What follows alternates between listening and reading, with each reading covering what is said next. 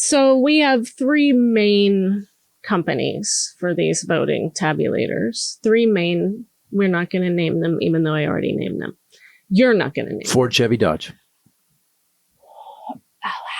It would have to be a coordinated effort, and it would have to be done to all three companies. You would have to compromise all of them in perhaps different ways, but still would have to compromise all 3 or 4 major brands. And that is possible. But you know what you need? You need some super high-tech geek with maybe satellites that orbited the Earth that could possibly. You need some crazy tech guy, and we don't have that. Trump didn't have access to that. Hypothetically, right? You would need a lot of wealth. And a lot of so this tech guy would have to be super. They'd have to. You would have to. Yeah, like so the richest man in the world. You would have to. Like Dr. Evil. You'd have to have like Dr. Evil or somebody, right? There's no, and that we don't have that. It would take Trump a lot of coordination. Didn't even know anybody like that. It would take a lot of coordination. so this is just bullshit. It would take a lot of coordination, but not with anyone specifically necessarily involved in the elections. It could be an outside group. Maybe. That's where the tabulation, it'd be a digital attack in nature. And so we hear that a lot. We're like, hey, I was on ground in Clark County, Nevada during the election. I didn't see anything weird. If the tabulation machines are compromised, you wouldn't physically need to be there to do this. And that's the thing is you don't need to have access. The algorithm would kick in at a certain number and you wouldn't even notice it. Yeah. You wouldn't even notice it. Yeah. And so here's the concern as well is you cut something right. That was good. Okay. I love it. So that was actually one of the three. That was one of the 3 analysis we're going to show you. Here's the other one. It's very similar. This is your concept of a Russian tail.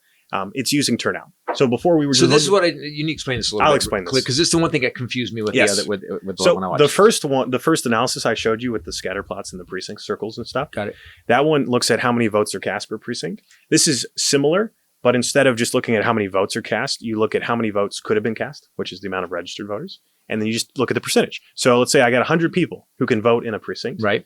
And only 80 show up. That's 80%. 80%. And that's what this is doing is using Turnout. I like that he explained that to us. No, he knows I'm dumb. If you have 100 people. and 80 show up, that's what 8. percentage? 8. Good job. Am I wrong? No, you're right. Throw a 0 in there. Yeah. But on the left here is a normal shape. Okay. It's a distribution. This is Romanian presidential election 2014. Yep. So we're going to look at some comparisons. This is Sergei Shvilkin. He is a election data analyst, if you will. He has been publishing these concerns. He came up with this analysis and he said, hey, let's look at turnout. So on the left is a more normal distribution. All it's looking at is each of these lines are different parties. Okay. And we're just saying, hey, even though one candidate has more votes, the shape is very similar across all 3 parties. Yeah. That's the concern here is we're not seeing any rapid change as more people show up to vote. That's all this is showing. Right. So the turnout is the x-axis, right? It's, hey, so how many people show up to vote? Right. Per location. Per location, right. And then it's pretty consistent across. It should be consistent. It should be a straight line when we look at it in that other way of seeing it. So this is just showing that, but a little more visual. So on the right is highlighting the concept of a Russian tail. This is a statistical term. This isn't like every Russian listening, tail. The one on the right is Russian presidential election 2000. Yep, and this is the whole country. Okay. I did confuse people because they thought every Russian tail is because of Russia. It's kind of hard to argue that counterpoint in this election, but generally speaking, it's just a concept, and it isn't always Russia. But pretty much. So let me ask this: is it where dictators are running shit? It is where people want to cheat. Does that seem to be consistent? Wherever people want, okay, good. Where people want to win or they want to change the outcome of elections, we see it looks kind of like this. We see some variation of a Russian tail. Okay. In this case, the reason why this is important is we see that as turnout increases from 70%, let's see, a little closer, 80% onwards, we see that green line shift upwards instead of staying the green line is Putin. In this case, it is. And this could be multiple reasons, but all it's showing is potential manipulation. It could be caused by... It's hard to see, but it spikes. And it spikes very aggressively. Yeah, look at how it shoots up at the end. That's crazy. And that number is right, 500,000? Yes. Well, this is directly from their... those are... So you're saying that people woke up hungover and 500,000 people in the last voted in the last. Is that what that means? This is for 2000, Jeez. The Russian presidential election. Mm-hmm. This could be potentially caused by any number of vote manipulation. You could be busing people to polls and voting all in mass. You could be look how the normal thing peters out. Like that's normal. People that is just more stop normal. voting. The voting day's over. Let's go home. And holy shit, you see Could some this spikes. also be some sort of digital manipulation? Because as to how many people have voted, and once that threshold is met, it could be. This alone won't tell you that. That's where you'll look at the actual data and break it down like we're going to continue to do, and we'll show you. But no, this could be caused by ballot stuffing, where it's like you just physically put in extra ballots, and it'll cause a spike in turnout, and then you'll just see change. Because you know why? Is I go vote, I get 100 voters in a precinct, and I'm like, only 50 of them show up to vote, right? Right. And so normally you'd see a split or an average or whatever across multiple precincts. Instead, you just I'm going to hand deliver you the remaining amount of votes that could have been cast, and they're all for one person, and it's going to cause that. So 50% of the voters showed up, and then in the last little bit. By the way, I just found the other 50% of the votes, and they all happen to be for the same guy. Yep. Fuck. And that's what would cause this. If you did this consistently across every precinct, that's what's causing this, and that's why when we highlight the data here is you're going to have really red or really blue precincts for our elections, right? But all the precincts should not change together. That is a red flag. That is an indication of manipulation. Oh, That's what this is highlighting. This is highlighting that after a certain amount of, or in the places where a certain amount of people voted, after that point, higher turnout, all of them began to change, and Putin began to win more. And that's what this is showing. And we're going to highlight this because we recreated this for you. I got one more of these, and then I'll show you ours. Okay. Here's similar. Different election. This is France. Presidential election on the left. He really wanted to win in 2012. Wow. Okay, on the left, guys, France presidential election. Normal. That's what it's more normal. Yeah, you don't see any rapid change. What year really was consistent this? for the. Was this 2012? On the left, it was. I'll have to double check, but I believe their election. It was one of their presidential elections. Oh, that was with Le Pen. Round one. Yeah. I don't remember the date. And my question is this: this looks like what all elections kind of look like for the last 40 years, right? On the left. No. No, it does not. The last 15 years or so has been interesting. Prior to that, it's harder to get this level of data, but we'll show some other elections in other countries when we do the last. I just mean for America, it's pretty much look like that. We haven't really been screwing with it that much, have we? Has it?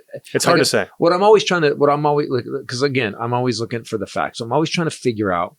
If you can repeat the right picture in America in 1960, 1980 or something like that, then I go, well, I don't know if we have the right evidence. But if you can't produce this up until we've got to 2020 and 2024, that makes a lot more sense to me. Because that, by the way, that's pretty nuts. Here's the problem with our election system.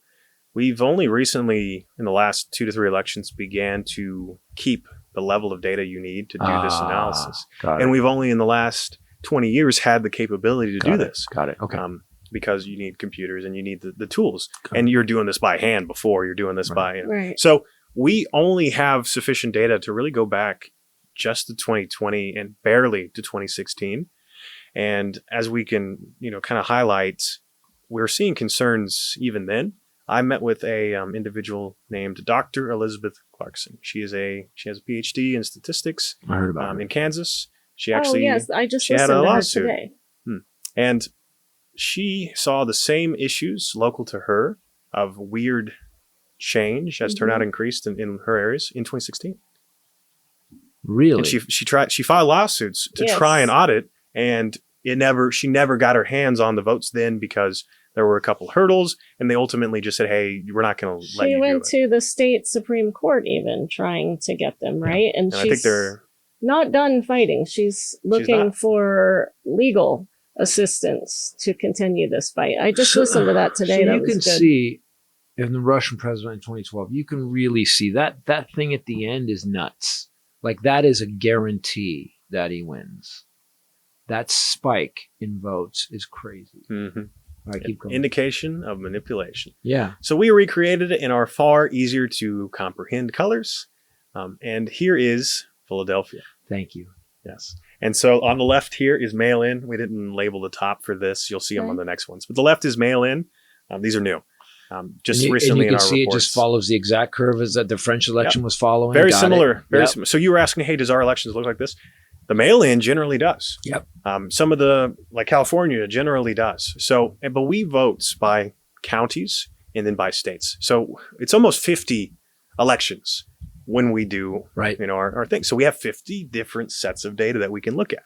And that's why we're able to do this today, is we have so much data and so many baselines that we're now looking at how can we match, how can we prove this is consistent. You have enough baseline of stuff that wasn't manipulated to see when things are. Yes. And that was the concern, is no one truly knew what normal looked like before we started digging into it and testing it time and time again in our elections. So on this one, the Russian tail is the bright red. On the right, that is election day for Philadelphia. And you see, this is also measured in turnout. The next graphs will have like the fancy x-axis. But yeah, you're seeing that change happen at higher turnout. And it just overtakes the amount of Democratic votes in places where more people voted. What that would say is, so at 58% turnout, all of a sudden votes start going to Trump. That would mean that if the machines had been manipulated potentially, that would mean that they clicked in at a certain number of votes cast. Yes. That would mean that things started, so they kept everything normal, so there wasn't any big red flags. And then threshold was met. Once people are past a certain thing, it starts switching, changing, or adding. And then what happens is, that's why Steve Kornacki, I remember when it was going down, I remember Kornacki was like, wait, we've had some big changes here. Do you remember this, watching this? Mm-hmm. And we were like, what? I remember us fucking freaking the fuck out. Like, wait, why, how, what did old people who most Republican vote early? They don't go late. I kept thinking, I go, what? So they all slept in and then went on the last part of the day? You start to get redder and redder throughout the day.